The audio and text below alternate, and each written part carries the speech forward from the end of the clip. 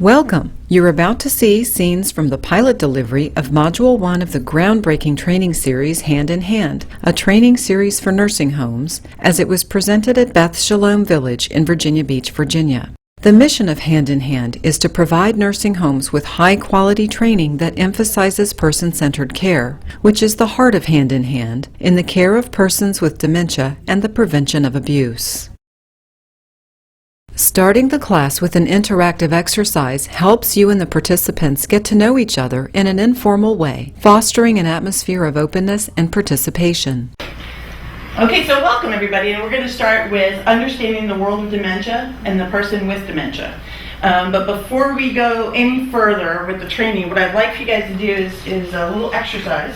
So don't flip this over until I say go. Using personal stories helps you connect with participants and gives the subject a meaningful framework that is easier to relate to and feel. Voice. They can't even express it. My mom, well, it's like we were walking at this nature center and she had her walker and my daughter and her friends are running ahead and they come back and it's hilly. We live in the mountains of North Carolina. And so my mom is doing one of those, she's walking, I'm like, Mom, I think you need to sit down for a minute. And she's like, I am just fine, thank you very much. And so I said, oh, okay. So she started walking again, and she's walking. And so she's not going to say that she's the one that needs to sit down. She can't be her own voice even. She doesn't even aware of it sometimes. But if I say, Mom, you know what? I am so tired. Will you sit down with me? No joke.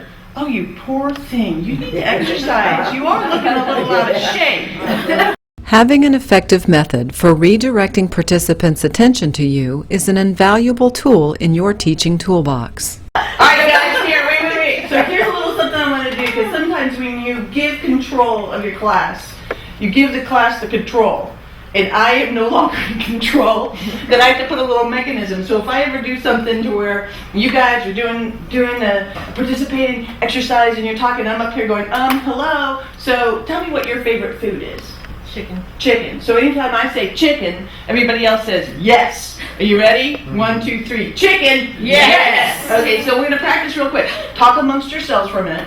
Just go ahead and talk. Chicken. Yes. All right. Okay. So Gloria won. Gloria, I'm going to give you the copy of my book. Treating all comments with respect while guiding participants to a more thorough understanding of the subject is a valuable skill. Twice a child. Yeah. But you can't explain it to them that way. Yeah. It's true. I heard Who wants to that. be Twice known a that child. way? Once a grown up. Right. One time to be a grown up. When let's just explore that thought for a minute. So let's just explore that thought for a minute. And I know I'm going over my time, but let's explore that. Yeah. Because if let's say that you had Alzheimer's and I treated you Exactly. like a child.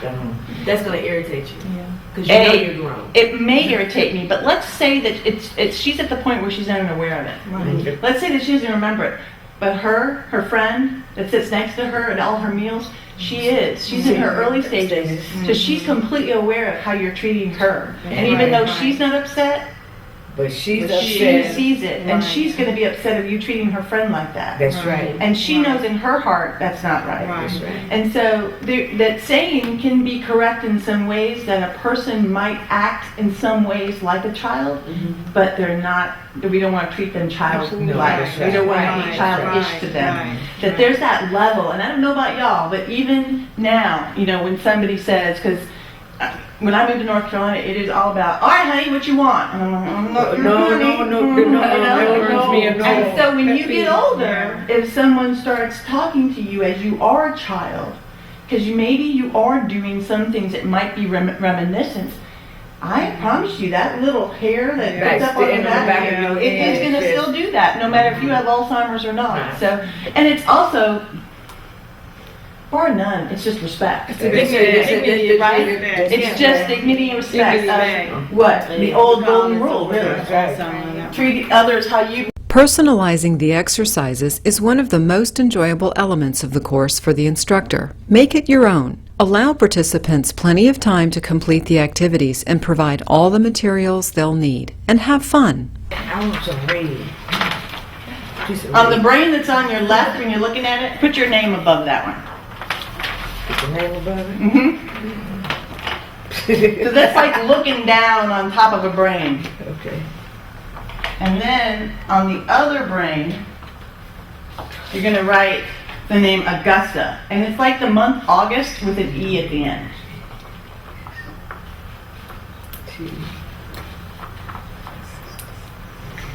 So then, however you want in the whole world, you color your brain about 2/3 full.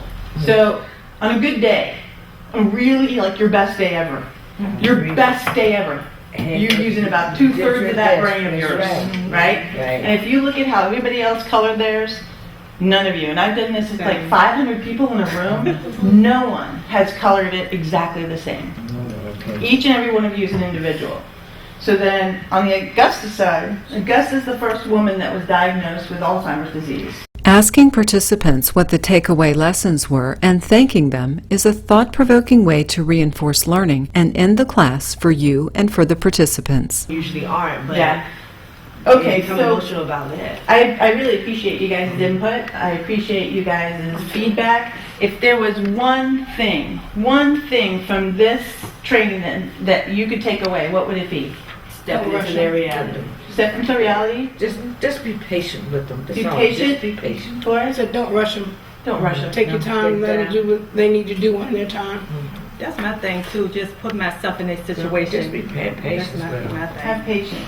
I feel the same way. Think about how they would feel. How they Be feel. nice. Be nice. Respect them. Yeah. All about respect and just be patient. Patient and have respect. Yeah, I like the video where you step into their world. So, we'll on you guys, the video where you step into their world. Yeah. So, well, I appreciate you guys, and I thank you very much. In this short video, you saw how the instructor, Karen Stobie, used personal experience to make the training come alive for participants. You watched her engage them in discussions and activities, encourage their input, respect all comments, and guide them to a more thorough understanding of the material as it related to their own experiences. We hope that you find these clips useful, even inspirational, as you begin planning your own presentation of Hand in Hand.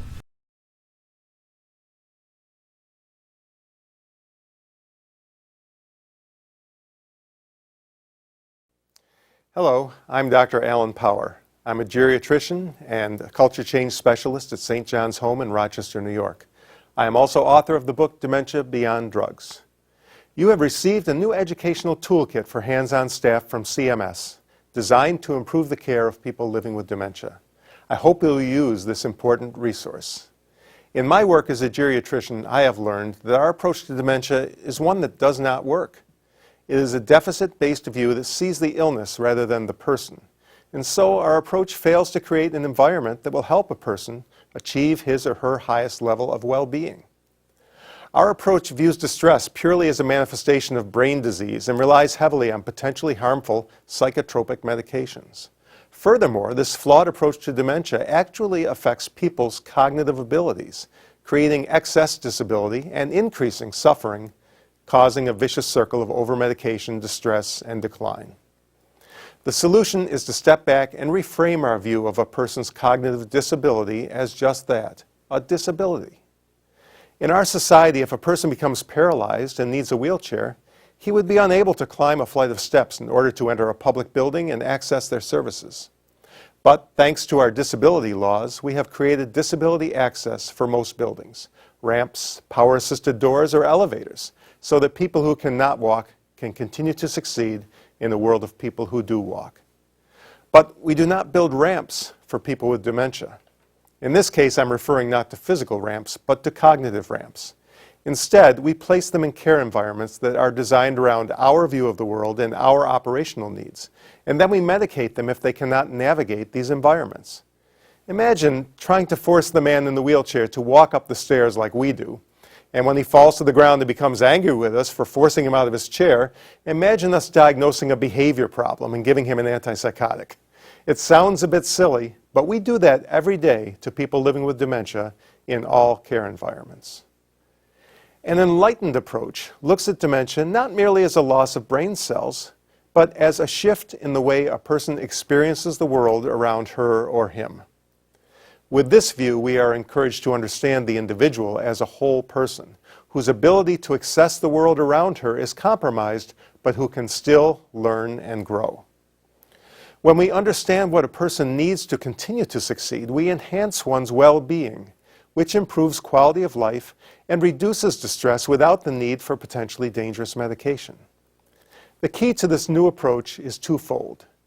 First, we need to educate all who partner in care in a more individualized, person-directed approach to dementia that recognizes and cultivates retained strengths and learns how to create authentic partnerships in care, rather than to stigmatize and disempower the individual. Second, we need to shift our operational processes to support this new philosophy so that it will achieve sustainable results. The term culture change has many different connotations for people, some better than others. This is how I see it. No new philosophy of care can be introduced into an organization unless the operations shift to support the new philosophy. That shift is the culture change path, and it is essential in order for you to successfully change your approach to care. As you share this educational toolkit, we encourage you to discuss the contents among your formal leadership and begin to explore the new attitudes and behaviors you want to see and the old ones you decide to replace. Then explore the ways in which your current systems may be creating barriers to a new approach to care. If you need assistance with a transformational approach, there are many resources that can help guide you on this journey. It is often hard work, but the results are tangible and have been shown to improve the quality of life, not only for those who live with dementia, but for those who care for them too. Since we all share a core mission of providing high-quality care for our elders, there is no time like the present to start improving the lives of the approximately 1 million people with dementia who live in nursing homes. Those who have undertaken this approach have created meaningful engagement and have reawakened abilities that were thought to be long lost, even in people living with advanced dementia. Good luck, and thank you for all you do.